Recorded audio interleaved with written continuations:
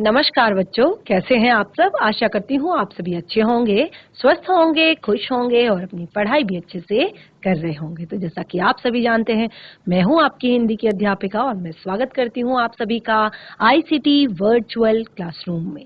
और आज हम यहाँ पर एकत्रित हुए हैं पढ़ने के लिए क्लास 12 की हिंदी। क्लास 12 की हिंदी में हम पढ़ रहे हैं अपनी आरोह पाठ्य पुस्तिका के गद्य खंड का पहला चैप्टर, जो लिखा गया है महादेवी वर्मा जी द्वारा, और इस चैप्टर का नाम है भक्तन। और लास्ट 2 सेशन से इस चैप्टर पर डिस्कस कर रहे हैं। और जैसे कि आप देख रहे हैं, इस चैप्टर में जो भक्तन है वो महादेवी वर्मा यानी कि इस चैप्टर की लेखिका जो है उनकी सेविका हैं, और उनके ही व्यक्तित्व पर प्रकाश डाला है उन्होंने। और उन्हीं के नाम, जैसे कि उनका नाम भक्तन, और उस नाम का भी क्या रीजन था और उसका असली नाम जो था उस नाम का भी क्या पूरा सच है, वो सारी चीजें यहाँ पर बता रही हैं। भक्तन के जीवन के 3 उन्होंने यहाँ पर पड़ाव दिखाए हैं। सबसे पहले शादी से पहले का जो समय था, उसके बाद शादी के बाद का जो समय था, और तीसरा पड़ाव अब उनके जीवन में शुरू होने वाला है जब उनकी बेटी के हस्बैंड की भी डेथ हो चुकी है। यानी कि उन्होंने अपने बेटी के पति को, यानी कि अपने दामाद को घर जवाई के रूप में रखा, क्योंकि वो घर परिवार बहुत अच्छे से चला रही थी। पूरा जो कारोबार था वो बहुत अच्छा चल रहा था, और जिसके कारण उनके जो रिलेटिव्स थे, उनके जो जेठ जेठानी थे, उनके जो रिलेटिव्स थे, बाकी उनकी पूरी निगाहें उसके कारोबार पर थी, क्योंकि उसके पति की मृत्यु हो चुकी थी। और वो सभी चाहते थे कि उसके बाद परिवार का पूरा कारोबार इनके हाथों में आ जाए, यानी कि बसा बसाया जो कारोबार है वो उन्हें मिल जाए। तो क्या कुछ होगा, आगे कंटिन्यू करते हैं अपने चैप्टर को। बिल्कुल रेडी हो जाइए आप सभी, चलते हैं स्मार्ट बोर्ड की तरफ, शुरू करते हैं अपने आज का सेशन। सभी बच्चे ध्यान पूर्वक पढ़ेंगे और समझने का प्रयास करेंगे। तो हमने अपने लास्ट सेशन में पढ़ा था कि भक्तन का जो दुर्भाग्य था, यानी कि जब उसने अपनी बेटी की शादी की, तो उसी समय उसके पति की मृत्यु हो गई। कुछ समय बाद ही उसके पति की मृत्यु हो गई, और उसके जो पूरे रिश्तेदार थे, पूरे जितने भी उसके जितने भी परिवार के जो लोग थे, उसकी जो जेठानियां थी, वो सब उसकी संपत्ति के लिए, क्योंकि आज भी भक्तन के हरे भरे खेत, मोटी ताजी गायें, भैंसें और फलों से लदे पेड़ देखकर जेठ जेठौतों के मुंह में पानी आ जाया करता था। बहुत ललचा जाते थे वो। तो उसी को सब पाने के लिए, उसी को प्राप्त करने के लिए, तो अब जब तक, क्योंकि अब भक्तन के पति की डेथ हो चुकी थी, तो अब वो चाहते थे कि उनकी जो भयवू है, यानी कि उनके भाई की जो पत्नी है, यानी कि भक्तन लक्ष्मी जो है, वो अगर दूसरा घर कर लेती, यानी कि दूसरे व्यक्ति से शादी कर लेती, किसी और के घर चली जाती, तो उनके लिए ये सब प्राप्त कर पाना संभव था। लेकिन भक्तन ने उन्हें पहले ही धमका दिया, उन्हें पहले ही डरा दिया, और अपने क्रोध से पांव पटक कर आंगन को कंपायमान करते हुए कहा कि हम कोई कुकरी बिलारी नहीं होए, हमार मन पुसाए तो हम दूसरा के जाब, नहीं तो तुम्हार पचे की छाती पे और ओढ़ा भूजब और राज करब, समझो रहो। तो उसने बिल्कुल साफ शब्दों में कह दिया कि मेरी मर्जी होगी तो मैं कहीं जाऊंगी, नहीं तो यहीं पर तुम्हारी छाती पर बैठकर या तुम्हारी छाती पर बैठकर मैं राज करूंगी, समझ गए तुम। और उसके जो सारे, क्योंकि उसने बहुत अपने परिवार के जितने भी, चाहे उसके ससुर थे, अजिया ससुर थे, और जाने कितनी पीढ़ियों की जो उपार्जित जगह थी, उसमें से एक नोक भी अपने परिवार वालों को नहीं दी, क्योंकि वो मेहनत करती थी, वो सारे काम करती थी, वो सब कुछ ध्यान रखती थी, सारा सब कुछ वो खेती बाड़ी के लिए खुद करती थी, और वो लोग कुछ भी नहीं करते थे, और वो फ्री में वो सब कुछ पाना चाहते थे। लेकिन भक्तन का दुर्भाग्य भी उससे आटी नहीं था। इसी से किशोरी होने से युवती होते ही, यानी कि किशोरी 12-13 वर्ष की आयु में उसने अपनी बेटी का विवाह कर दिया था, और जैसे ही वो युवती यानी कि 18-19 वर्ष की होने वाली थी, तभी उसकी लड़की भी विधवा हो गई। भयऊ से पार न पा सकने वाले जेठों और काकी को परास्त करने के लिए कटिबद्ध जेठौतों ने आशा की एक किरण फिर से देख ली, यानी कि उन्हें एक फिर से कि अब जो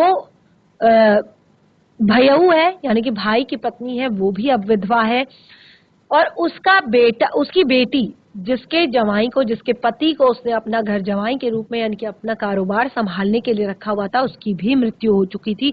तो अब उनको इस सभी चीजों को, इस सभी संपदा को पाने के लिए उन्हें एक आशा की किरण दिखी, और उन्होंने क्या किया, उन्होंने विधवा बहन के गठबंधन के लिए, यानी कि अब उसकी जो जेठ के बच्चे थे, उन्होंने अपनी विधवा बहन, यानी कि जो अपनी चाची की बेटी, यानी कि भक्तन की जो बेटी थी, उसकी एक गठबंधन के लिए, कि अभी उम्र काफी छोटी है और उसका पुनर्विवाह कर दिया जाएगा, तो उसके गठबंधन के लिए अपने तीतर लड़ाने वाले, अपने जठौत के तीतर लड़ाने वाले साले को बुला लिया।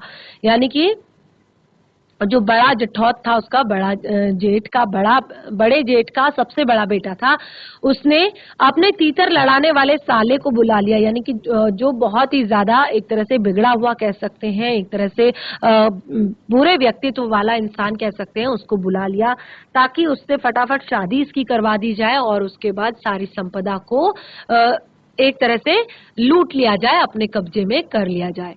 तो देखिए यहाँ पर बार बार वो इस तरह से, क्योंकि माँ बेटी अब दोनों ही अपनी संपत्ति की खूब अच्छे तरह से मन लगाकर देखभाल करने लगे थे, तो लेकिन मान न मान मैं तेरा मेहमान की कहावत चरितार्थ करने वर के समर्थक उसे किसी न किसी प्रकार पति की पदवी पर अभिषिक्त करने का उपाय सोचने लगे। यानी कि जो उसके जेठ जेठौत थे, उसके जेठानियां थी, वो सब अब क्योंकि वो देख रहे थे ये बहुत अच्छा कारोबार कर रहे हैं, ये बहुत अच्छा काम कर रहे हैं, तो वो किसी न किसी उस तरह से उसको, यानी कि उसके अपने साले को उसकी पदवी दिलाना चाहते थे, उसके पति की पदवी दिलाना चाहते थे। तो एक दिन माँ की अनुपस्थिति में, लास्ट सेशन में हमने यहीं पर छोड़ा था अपने चैप्टर को, तो आप आगे कंटिन्यू कर सकते हैं। जिन बच्चों ने नहीं पढ़ा था लास्ट सेशन में, उन्हें भी शायद रिवाइज हो चुका होगा।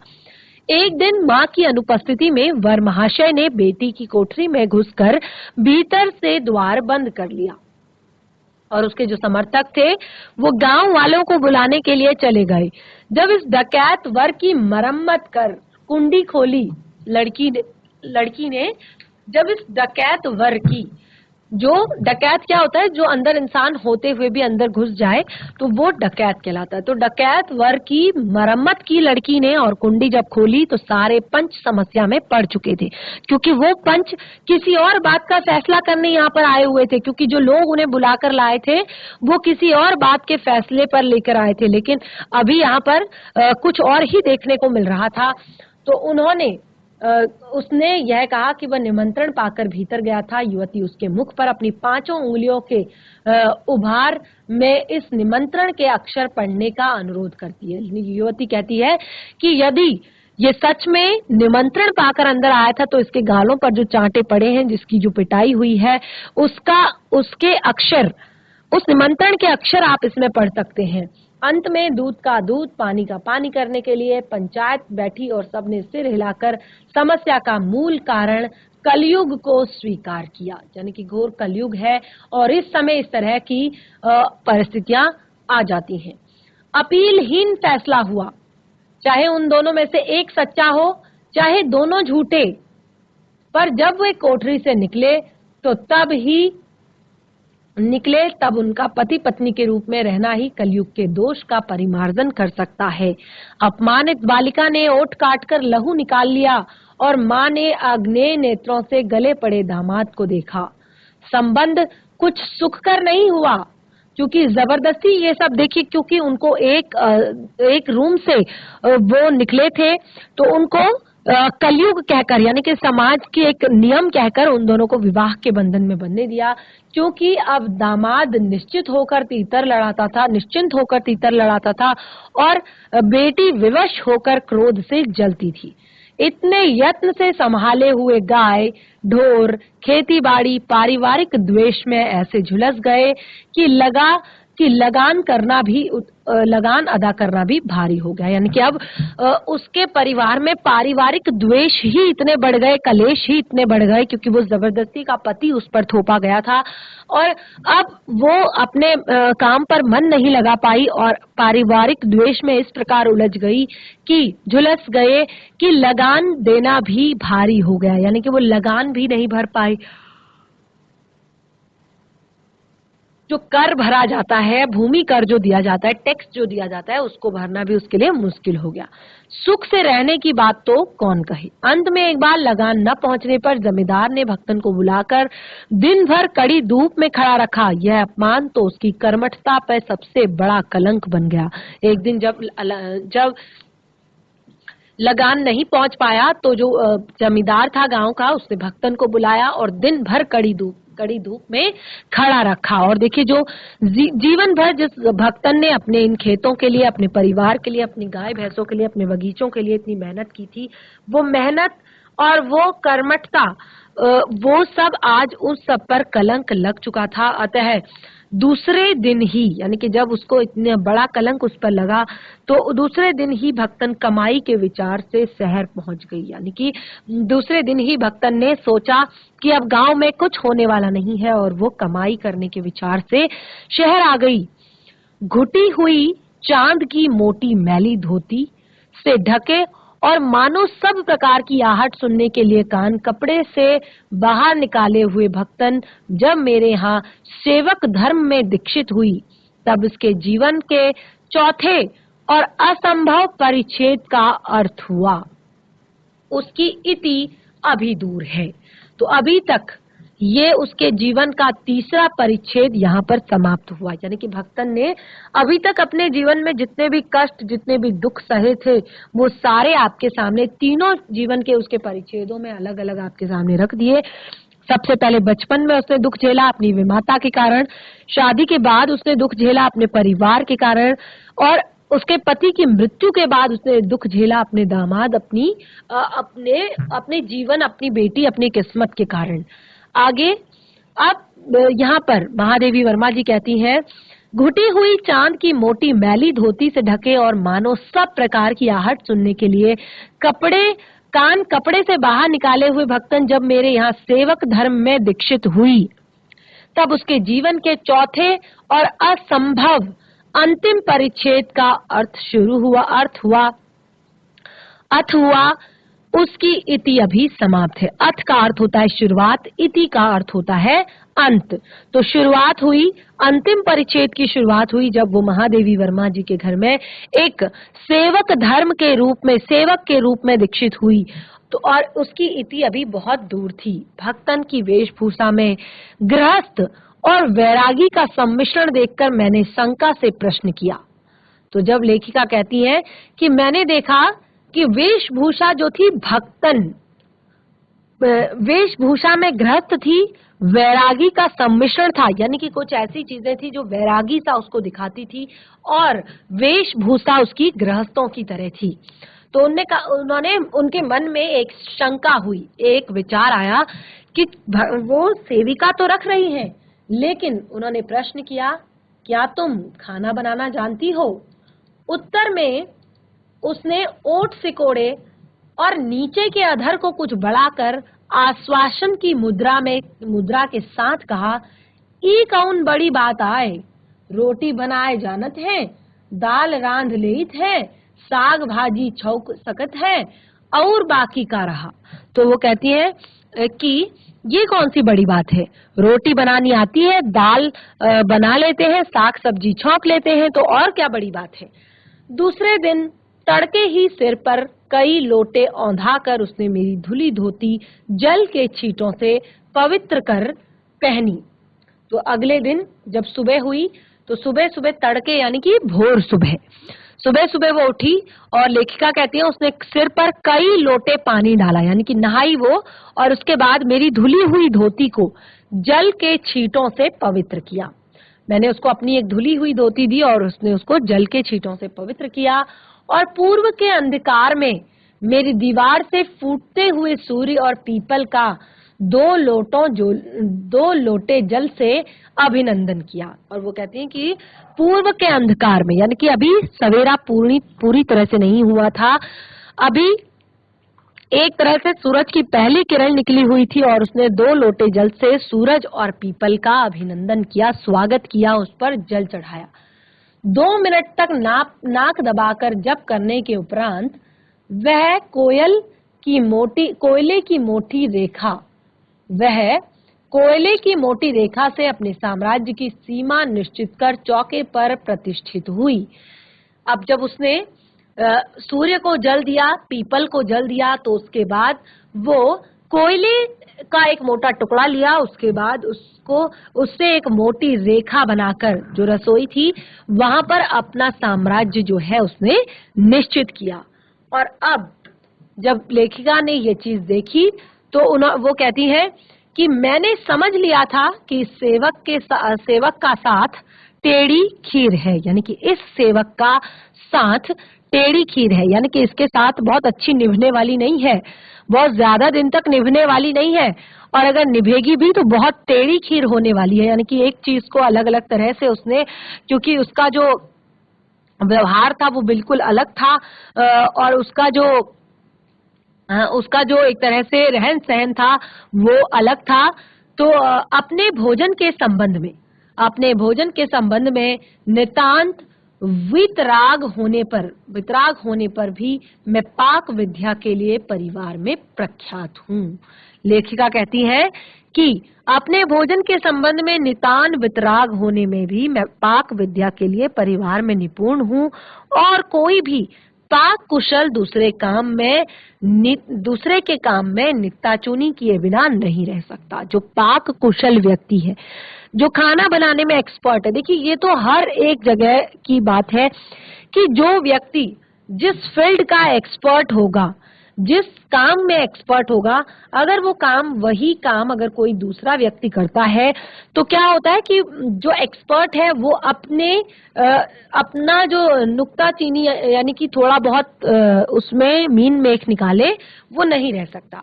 पर छूत पाक पर प्राण देने वाले व्यक्तियों का बात बात पर भूखा मरना स्मरण हो आया और भक्तन की शंकाकुल दृष्टि में छिपे हुए निषेध का अनुभव किया। तो लेखिका कहती है कि मैंने जब छूत पाक पर प्राण देने वाले व्यक्तियों का बात बात पर भूखा मरना स्मरण हो आया, जो कि किसी का टच किया हुआ नहीं खाते थे, किसी का छुआ हुआ नहीं खाते थे, ऐसे व्यक्तियों का बार बार भूखा मरना मुझे स्मरण हो आया और भक्तन की शंकाकुल दृष्टि में छिपे हुए निषेध का अनुभव भी मैंने किया। कोयले की रेखा मेरे लिए लक्ष्मण के धनुष से खींची हुई रेखा के समान दुर्लंघ्य हो गई, यानी कि मैंने उसको कभी नहीं लांघा। निरुपाय अपने कमरे में बिछौने पर पड़कर नाक के ऊपर खुली हुई पुस्तक स्थापित कर मैं चौके में पीढ़े पर आसीन अनधिकारी को भूलने का प्रयास करने लगी। तो लेखिका कहती है उसके बाद मैं कमरे में आई और कमरे में आकर मैं अपने बिछौने पर लेट गई, आराम से लेट गई और अपनी नाक के ऊपर यानी कि अपने हाथ पर ऐसे पुस्तक ली और उसको अपनी नाक के ऊपर रख लिया, अपने फेस के ऊपर रख लिया और मैं चौके में यानी कि जो चौका था वहां पर पीढ़े पर आसीन अंधिकारी यानी कि जिसको कोई भी अधिकार नहीं है वहां पर विराजमान होने का और इस तरह की हरकत करने का को भूलने का प्रयास करने लगी। यानी कि जो उसकी हरकत थी शुरुआत में ही मैं उसको भूलने का प्रयास करने लगी। भोजन के समय जब मैंने अपनी निश्चित सीमा के भीतर अंतर्दृष्टि स्थान ग्रहण कर लिया तब भक्तन ने प्रसन्नता से लबालब दृष्टि से और आत्म संतुष्टि से आप्लावित मुस्कुराहट के साथ मेरी फूल की थाली में 1 अंगुल मोटी गहरी काली चट्टीदार 4 रोटियां रखकर उसे टेढ़ी कर गाढ़ी दाल परोस दी। तो यहाँ पर लेखिका कहती हैं कि जब मैं भोजन के समय रसोई में गई और मैंने अपने निर्दिष्ट स्थान यानी कि जो मेरे लिए निर्देशित किया गया था उस स्थान को जब मैंने ग्रहण किया तब भक्तन ने प्रसन्नता से लबालब दृष्टि से यानी कि प्रसन्न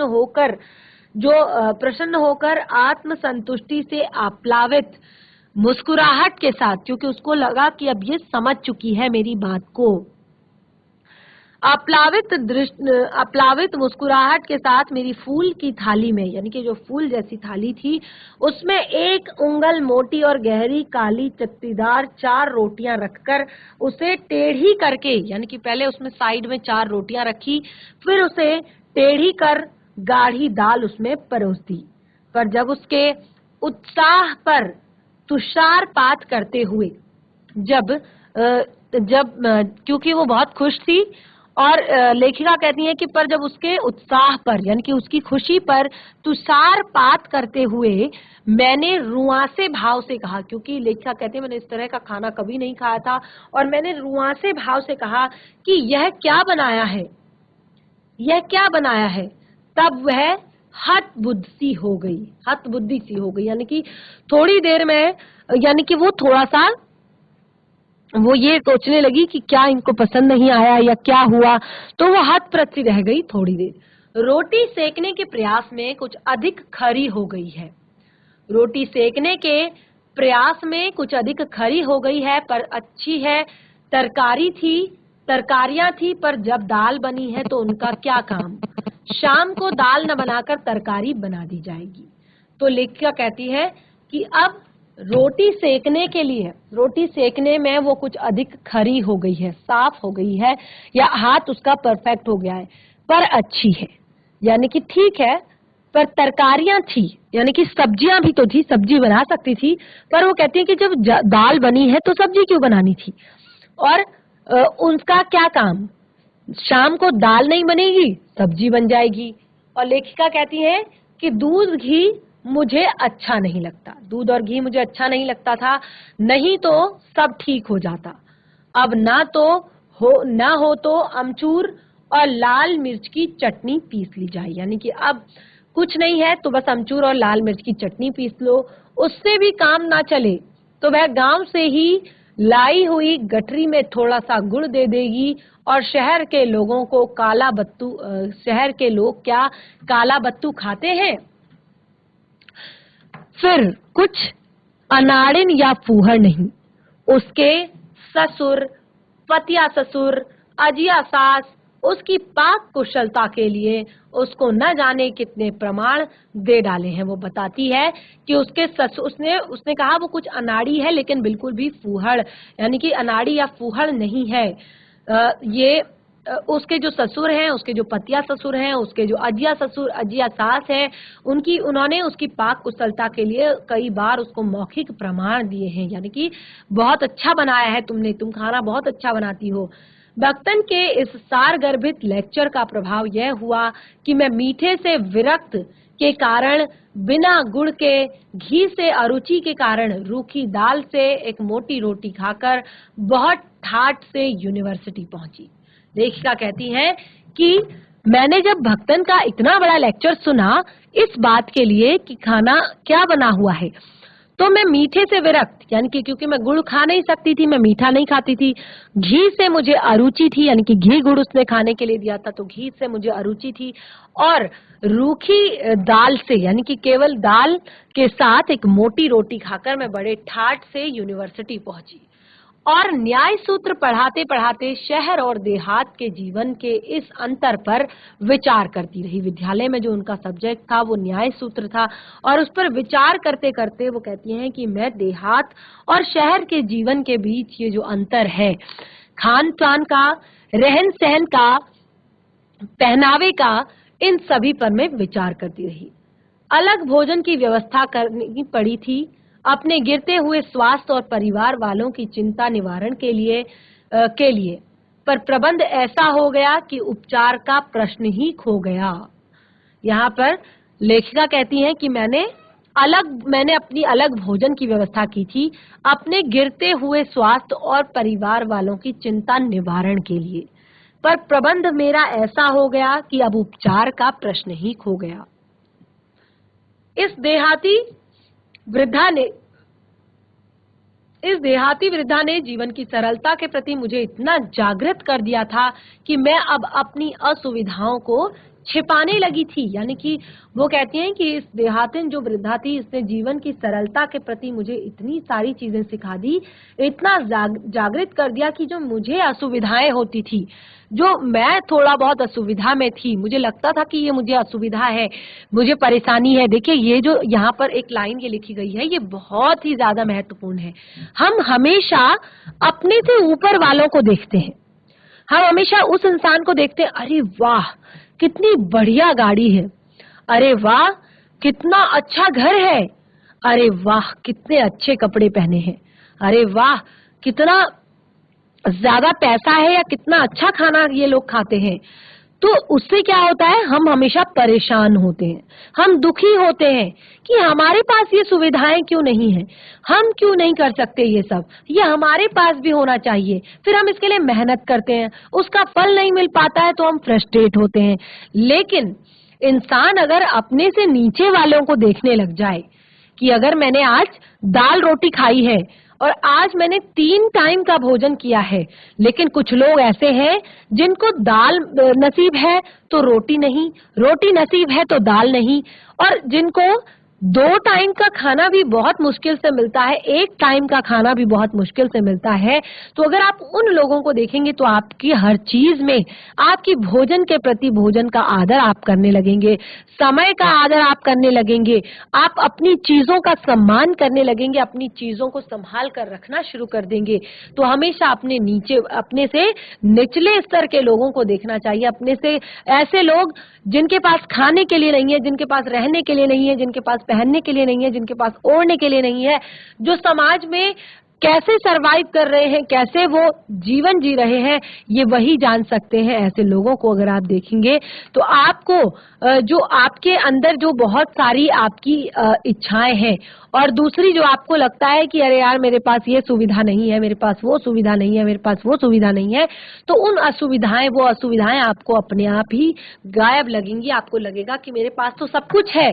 तो लेखिका के साथ भी यही हुआ, जब उसने भक्तन की सादगी को देखा, सरलता को देखा, तो उसका जीवन तो उनका जीवन बहुत उन्होंने भक्तिका को लेखिका को बहुत जागृत कर दिया, और वो भी अपनी असुविधाएं छुपाने लगी, और सुविधाओं की चिंता करना तो बहुत दूर की बात है।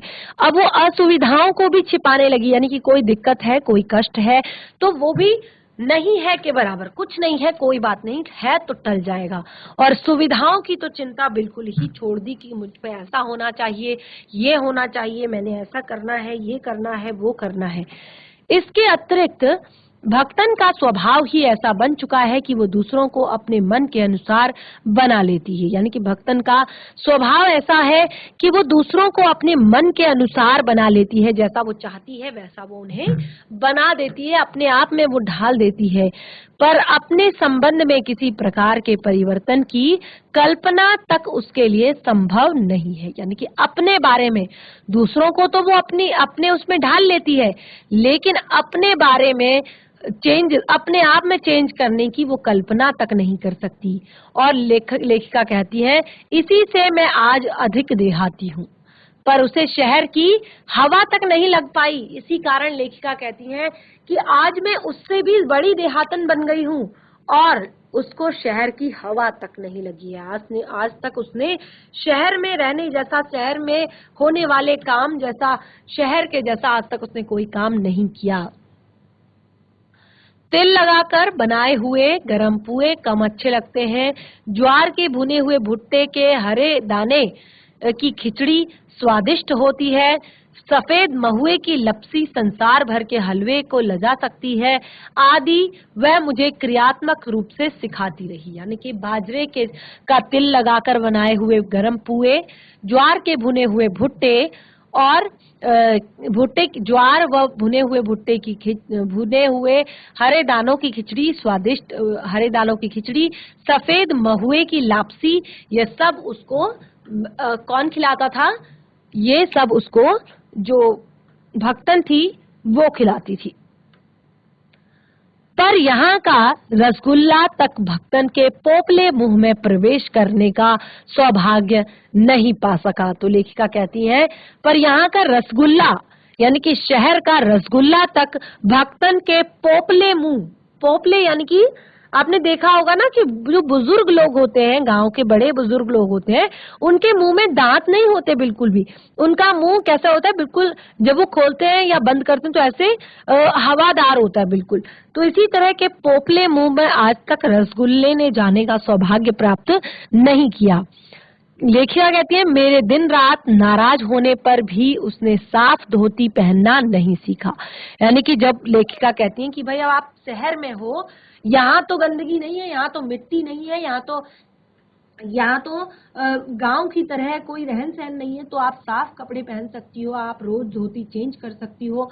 तो लेकिन लेखिका कहती है, मेरे स्वयं धोकर फैलाए हुए कपड़े, यानी कि जब दिन रात वो उनसे नाराज होती थी, उन पर गुस्सा होती थी, और यहाँ तक कि लेखिका स्वयं धोकर फैला देती थी जब वो कपड़ों को, तो जब तक उन कपड़ों में वो सलवटें नहीं भर देती थी तब तक उन्हें चैन नहीं आता था। यानी कि उनको पूरी तरह से घिसे हुए पुराने सलवटेदार कपड़े पहनने की आदत हो चुकी थी। लेखिका कहती है, मुझे उसने अपनी भाषा की अनेक दंत कथाएं भी कंठस्थ करा दी थी, पर पुकारने पर आय के स्थान में जी कहने का शिष्टाचार भी नहीं सीख पाई थी। उसने, लेखिका कहती है कि उसने मुझे तो अपने गांव की, अपने शहर की, अपने इलाके की कई दंत कथाएं तक सिखा दी थी, लेकिन आज भी मेरे बुलाने पर हाँ जी या जी कहकर बोलने के अलावा आय कहकर उत्तर देना आज भी उसके शिष्टाचार में है। यानी कि आज भी उसने जी कहना नहीं सीखा। लेखिका कहती है, भक्तन अच्छी है।